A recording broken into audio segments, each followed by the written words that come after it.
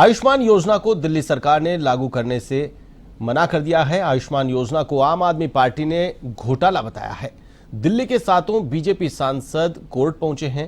प्रधानमंत्री नरेंद्र मोदी ने एक दिन पहले ही आयुष्मान योजना में 70 साल से अधिक की उम्र के सभी बुजुर्गों को इसमें शामिल किया है, लेकिन देश के कुछ राज्यों में आज भी यह योजना लागू नहीं है। इसमें आम आदमी पार्टी की सरकार वाला राज्य दिल्ली और पश्चिम बंगाल भी शामिल है।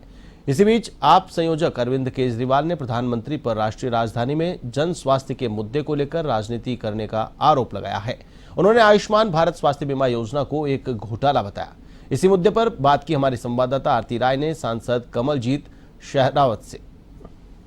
दिल्ली सरकार की तरफ से अब जिस तरह से आयुष्मान योजना को लागू नहीं करने दिया जा रहा है, उसको लेकर हम बात करते हैं। कमलजीत शेरावत सांसद हैं दिल्ली में, उनसे बात करते हैं। मैम, आयुष्मान योजना को लेकर जो कि फायदेमंद है दिल्ली के लोगों के लिए, उसको रोक लगा दी गई है दिल्ली सरकार की तरफ से, क्या कहेंगे? आयुष्मान योजना सिर्फ दिल्ली और बंगाल में लागू नहीं है, भारत के सभी राज्यों में लागू हो और इसमें 5 लाख रुपए का एक हेल्थ कार्ड सबको मिलता है और आदमी कहीं पे भी जाके इलाज करा सकता है जब उसकी अगर आवश्यकता हो। लेकिन दिल्ली में आयुष्मान लागू नहीं है, इससे दिल्ली की जनता बहुत त्रस्त है। मोहल्ला क्लिनिक फेल है, सरकारी हॉस्पिटलों की जो स्थिति वो दयनीय है। कोई दवाई नहीं है, एम्बुलेंस नहीं है, ईसीजी की मशीन नहीं है। ऐसे में अगर उनके पास में 5 लाख का हेल्थ कार्ड हो तो कहीं पर भी जाकर इलाज करा सकते हैं। और उससे भी बड़ी बात, 70 साल की आयु से बड़े सीनियर सिटीजन्स को भी 5 लाख का प्रधानमंत्री जी ने हेल्थ कार्ड देने का पूरे भारत के अंदर योजना शुरू की, लेकिन दिल्ली सरकार ने उसको दिल्ली में लागू नहीं होने दिया। इसीलिए सातों सांसद हम दिल्ली के कोर्ट गए हैं ताकि कोर्ट से हम न्याय करा के दिल्ली की जनता को आयुष्मान योजना लागू करा के उन्हें स्वास्थ्य लाभ दे पाए।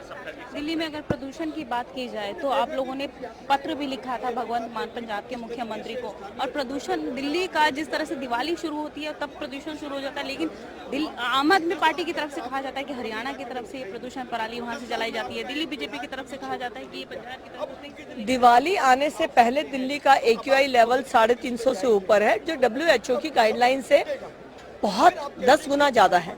आज दिल्ली में जो हवा प्रदूषित है उसकी वजह से हर घर में बीमार व्यक्ति हैं, डॉक्टरों की लाइन लगी है और प्राइवेट हॉस्पिटल तक में रूम नहीं मिल रहे हैं। दिल्ली का प्रदूषण खत्म करने का कोई रॉकेट साइंस नहीं थी। अगर समय रहते रोडों को ठीक किया जाता तो वहां पर जाम नहीं लगता।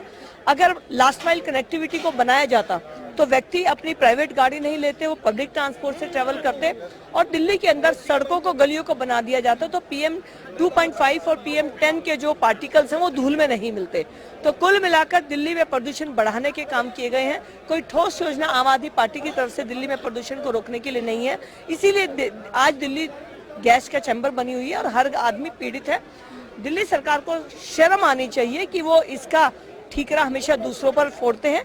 पहले पंजाब को कहते थे, पंजाब में अपनी सरकार आ गई तो वो पंजाब को नहीं कह रहे, हरियाणा को कह रहे हैं, जबकि पंजाब में 108 से ज्यादा केस रजिस्टर हुए हैं पराली जलाने के। लेकिन आम आदमी पार्टी सिर्फ एलिगेशन में विश्वास रखती है, झूठ बोलने की राजनीति करती है। तो आपने सुना कमलजीत शेरावत को, जिन्होंने प्रदूषण का मुद्दा भी उठाया कि जिस तरह से उन्होंने कहा कि सड़कें अगर ठीक होंगी, ट्रैफिक नहीं लगेगा तो पॉल्यूशन कहीं ना कहीं रुकेगा। तो वहीं दूसरी बात इन्होंने कही कि जिस तरह से दिल्ली सरकार आयुष्मान योजना को लागू करने से मना करे वो बिल्कुल ही गलत है, क्योंकि आयुष्मान योजना जो है दिल्ली में लागू करना बहुत सही है, क्योंकि पूरे देश में लागू किया जा चुका है और दिल्ली सरकार इसको मना कर रही है। कैमरा पर्सन राधे के साथ आरती राय, A1 TV दिल्ली।